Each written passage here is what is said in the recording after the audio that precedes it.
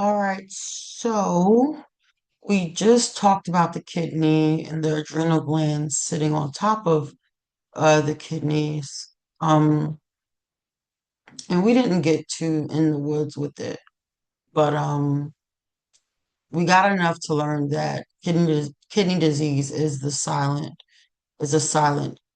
killer. So the next page I'm going to go to in the MCAT book 2015 Princeton Review is page 664. And I'm going to go to the second heading, which is the energy shell of an electron. Okay, so let's actually talk about the quantum model of the atom.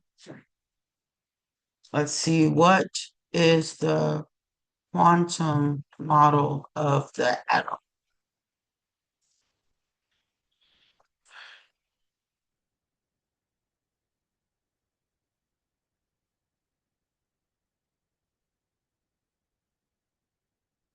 Sure, why it's not asking.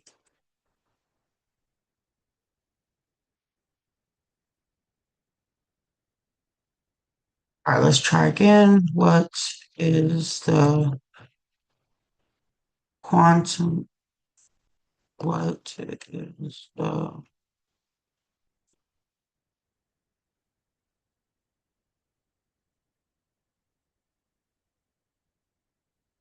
It says while one electron atoms produce easily predicted atomic spectra, the Bohr model does not do a good job of predicting the atomic spectra of many electron atoms. Blah blah blah blah blah blah. It says while the details of quantum numbers are beyond the scope of the MCAT, it is still useful to understand the conceptual basis of the quantum model.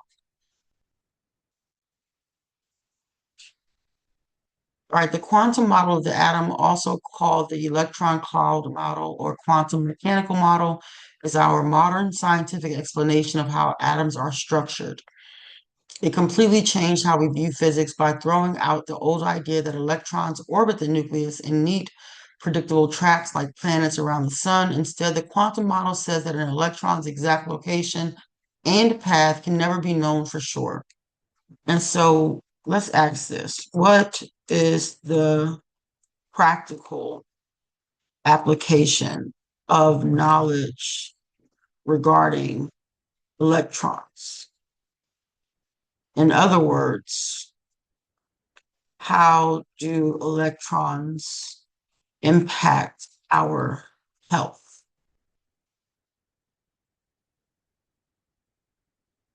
While quantum physics can feel completely abstract, our understanding of electrons is the backbone of modern medicine. In healthcare, practical applications of electron behavior fall into two main categories: how our cells use them to keep us alive, and how medical technology harnesses them to diagnose and treat disease. Okay, so first, there's the electron transport chain inside your mitochondria, which are the powerhouses of your cell. All right, when you eat food, your body breaks it down and strips away high energy electrons. These electrons are passed along a chain of proteins like a hot potato. The movement of electrons creates the tiny electrical currents and ion gradients we discussed earlier, which your cells use to manufacture ATP, the universal energy currency that powers your heartbeats, muscle movements, and thoughts. All right, then you also have cellular aging. Um, when an atom or molecule loses an electron, it becomes highly unstable and reactive. These are called free radicals. Free radicals steal electrons from your healthy cells, damaging DNA, cell membranes, and proteins. This electron theft causes oxidative stress, leading to aging and disease. Antioxidants act as health shields because they have extra electrons. That's good to know. Like coffee, right? They willingly donate an electron to the free radical to neutralize it, stopping the damage to your tissues. So you would think that they would take away an electron to neutralize it, but adding an electron to the free radical, I guess, makes an odd number an even one, if that makes sense, from one to two. Advanced medical diagnostics or seeing inside the body. We use our knowledge of electron clouds and energy levels to build diagnostic tools that save lives. X-rays and CT scans. These machines fire a beam of high energy electrons at a metal target. When those electrons suddenly slow down or shift energy levels, they release high energy photons, X-rays. Wow, so X-rays are actually a thing, not a machine or practice. These X-rays, they're actually like how you have sun rays, they're X-rays. An X-ray is a high energy photon. Let's put this here.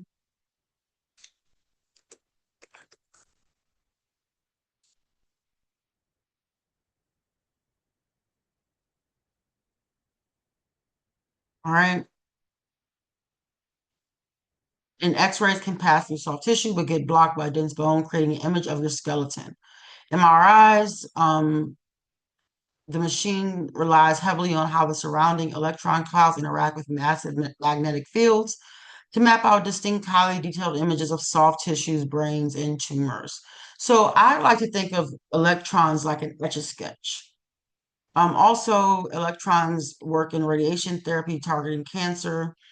Um, Electrons carry mass and a negative charge. They can physically smash into the DNA of cancer cells, shredding their genetic codes so the tumor can no longer replicate and die off.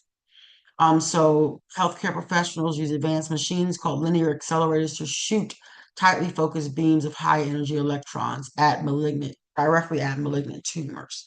All right, so use electrons and an analogy involving an etch-a-sketch, just to see if I'm on the right track.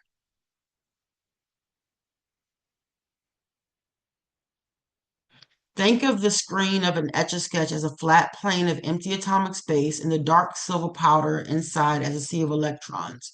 Here's how the physics of electrons perfectly mirrors drawing on that classic toy. When you turn the knobs of an etch-a-sketch, you are moving a hidden plastic pointer along the back of the glass screen. That pointer scrapes away the silver powder, leaving a dark line behind. So I didn't realize there was silver powder and it was a dark line. I thought it was bringing dark powder onto a silver surface. So that's something new to learn. In physics, think of that moving pointer as a positive charge. Because opposites attract, the negative electrons, the powder, are drawn directly to it. The path the pointer takes dictates exactly where the electrons will cluster or move, creating a clear, defined line out of total chaos.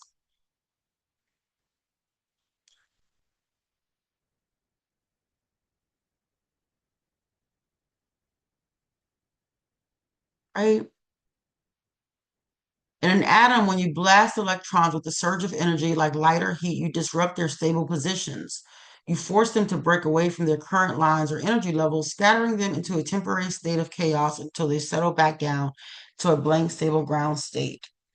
And so, what can we do daily to ensure healthy electron, well, let's say electron health, so to speak?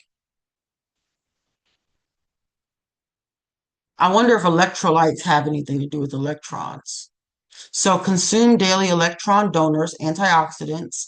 So a colorful variety of berries, leafy greens, nuts, and dark chocolate.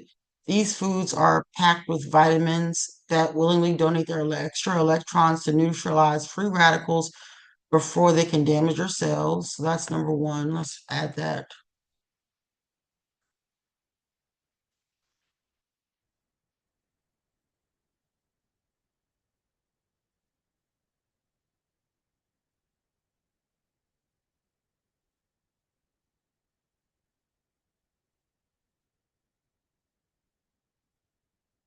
Right, daily antioxidants. And I also want to do this series so that you can get into my brain, inside my thought process, and maybe it can help you organize your thoughts and systematically investigate phenomenon. Like as you can see, I didn't get past even a sentence in the book, and I'm already, at I don't know how many minutes here.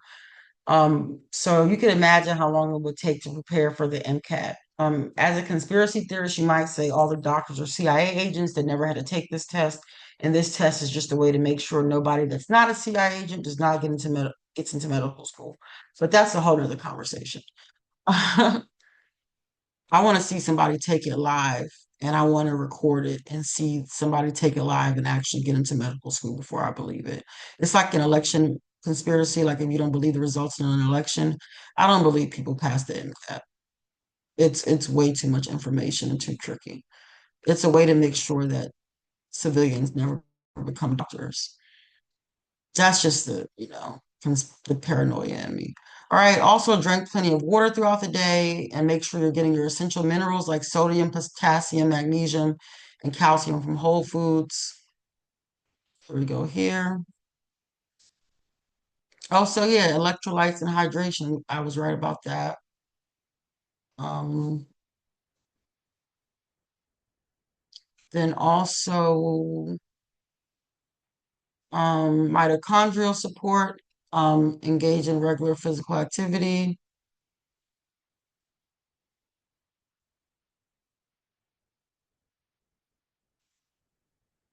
Okay, let's do this.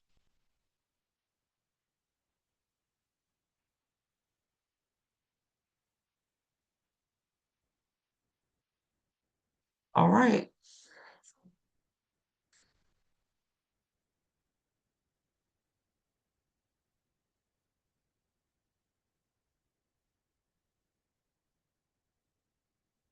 Go.